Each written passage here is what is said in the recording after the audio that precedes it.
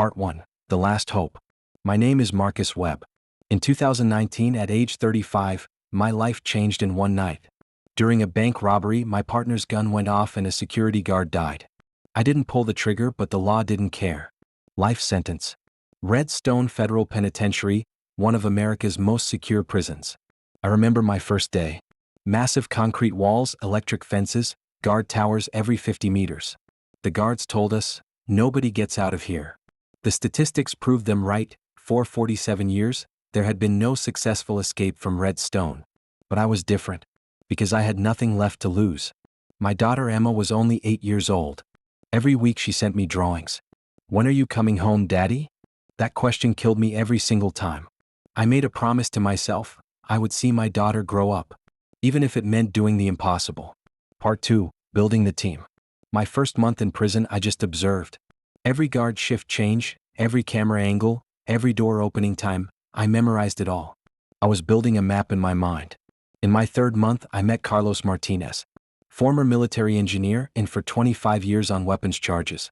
He knew everything about security systems, ventilation shafts, and structural weaknesses. "You're planning something," he said one day in the yard. "I can see it in your eyes." I didn't answer immediately. Trust was dangerous in here. "I'm planning to disappear," I finally said. Carlos smiled. "Count me in. I've got nothing but time, and I'm tired of wasting it in this concrete coffin." 2 months later, we recruited James "Doc" Peterson, a former doctor serving 15 years for prescription fraud. We needed medical knowledge for the physical challenges ahead. The team was complete. 3 men. One impossible mission. Part 3. The Discovery. The breakthrough came 6 months into my sentence. I was assigned to the prison maintenance crew, cleaning, painting, basic repairs. That's when I found it. Behind a supply closet in the east wing, there was an old ventilation grate. Most people wouldn't notice it, but I did. It was slightly loose. When I checked the prison blueprints in the library, claiming I was studying architecture, I discovered something amazing. That vent led to an abandoned section of the prison, the old psychiatric wing, closed since 1987. The official maps showed it was sealed, but buildings have secrets. And this building was about to give up its biggest one. "There's a tunnel system underneath the old wing," Carlos whispered during dinner. "Built in the 1940s for underground maintenance. The prison sealed most of them, but I bet they missed some." The plan started forming in my mind like a puzzle coming together. Part 4. Tools and preparation. Getting tools and maximum security is nearly impossible. Every item is counted, every movement tracked. But we were patient. Over 8 months we collected a sharpened spoon handle from the cafeteria, wire from the electrical workshop, Carlos pocketed it during his work shift, a small mirror shard broken accidentally during cleaning, soap bars to reduce friction in tight spaces, dental floss incredibly strong when braided. We hid everything in a hollowed-out Bible in my cell. The guards never checked religious items thoroughly. Every night, for 15 minutes during count time, we worked on loosening that ventilation grate. A quarter turn each night. So slow that nobody would notice. It took us 127 days to fully loosen it without breaking it. Part 5. Mapping the underground. The real challenge was exploring without getting caught. We needed to know exactly where the old tunnels led. Doc created a medical emergency plan. Once a week he would fake chest pains during night shift. While the guards were distracted getting him to the infirmary, I had a 4-minute window. 4 minutes doesn't sound like much, but it was enough. Using the mirror to check for guards and the wire to mark my path, I explored the ventilation system. It was tight, dark, and terrifying. Claustrophobia hit me hard, but Emma's face in my mind kept me moving. After 7 weeks of night explorations, I found it, a vertical shaft that dropped 20 feet into the old maintenance tunnel system. The tunnel ran under the prison yard and ended near the outer wall. But there was a problem. A big one. Part 6. The obstacle. The tunnel was flooded. 3 feet of stagnant, freezing water covered the floor. Worse, there were rats, hundreds of them. And the tunnel was narrow, forcing us to crawl through that nightmare for approximately 200 yards. "I can't do this," Doc said when I told them. "I have a phobia of rats." "I'll panic." "Then you'll die in here," Carlos said coldly. "We all will. This is our only shot." I looked at document. "Listen to me. You're not doing this for yourself. You're doing it for everyone you love who's waiting outside these walls. Pain is temporary. Regret is forever." Doc nodded slowly. "Okay. I'm in." We spent the next month preparing mentally and physically. Push-ups, breath-holding exercises, meditation. We had to be ready for anything. Part 7, the final plan. The escape would happen during the 4th of July celebration. The prison always had extra activities that day: movies, extended yard time, special meals. Perfect chaos for us to disappear into. The timeline. 8 p.m., fireworks start outside, covering any noise we make. 8:15 p.m., we fake a fight in the rec room to create distraction. 8:20 p.m., during the chaos, we slip into the maintenance closet. 8:25 p.m., enter the ventilation system. 8:45 p.m., reach the flooded tunnel. 9:30 p.m., exit near the outer wall. 9:35 p.m., scale the wall during guard shift change. 9:40 p.m., freedom. We had a 20-minute window before evening count. If we weren't out by then, we were dead men. Part 8, point of no return. July 4th, 2020. The day that would change everything. My hands were shaking during breakfast. Not from fear, from adrenaline. This was it. After 14 months of planning, tonight we would either be free or dead. You ready? Carlos whispered in the yard. I nodded. Emma turns 10 next month. I'm going to be there for her birthday. 8 p.m. The fireworks started. Booms echoed across the prison yard. Inmates cheered. Guards relaxed slightly, just enough. 8:15 p.m. Carlos started shouting at another inmate. A staged argument that quickly escalated into pushing. Other inmates joined in. Guards rushed to break it up. I slipped away. Doc followed. In 30 seconds, we were in the maintenance closet. Carlos joined us at 8:21 p.m.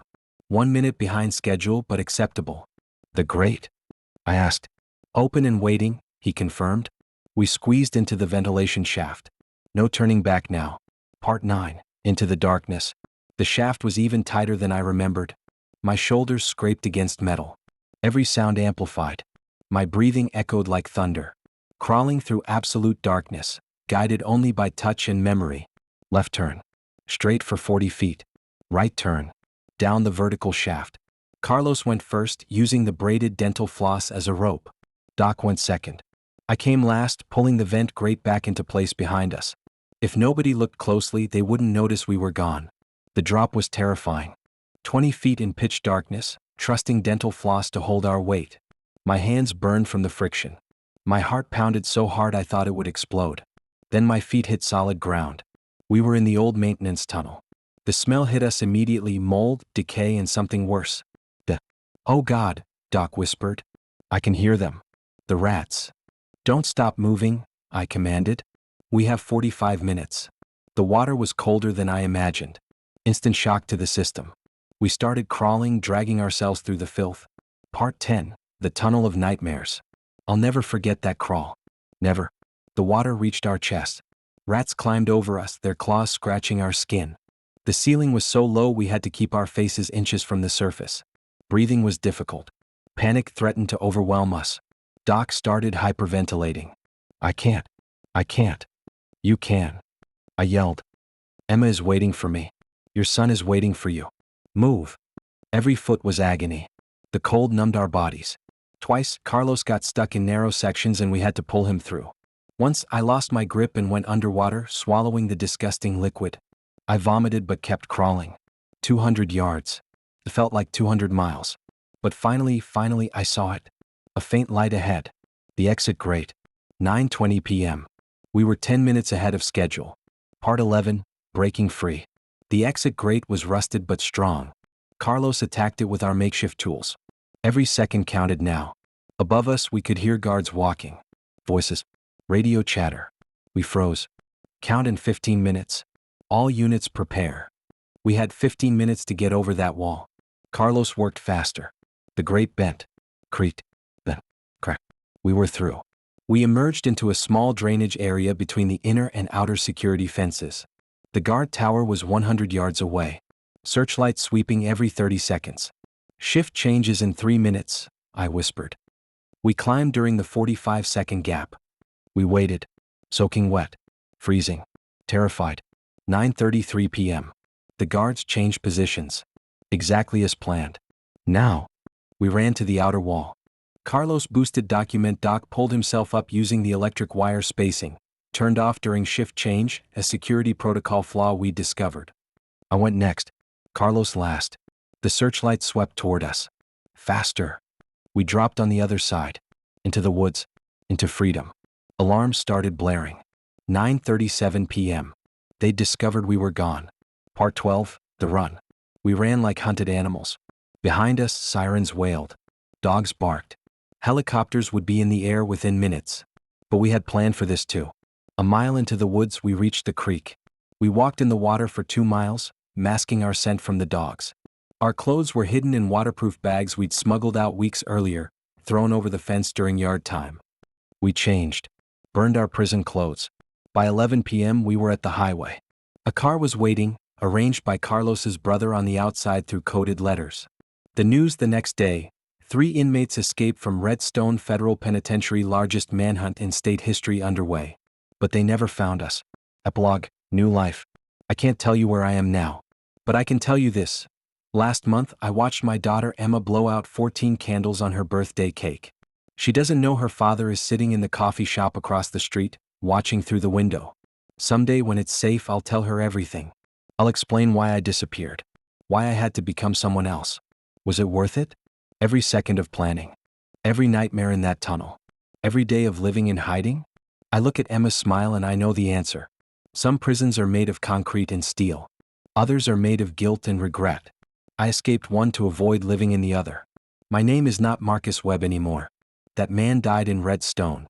But his promise lived on. And that's the only thing that matters.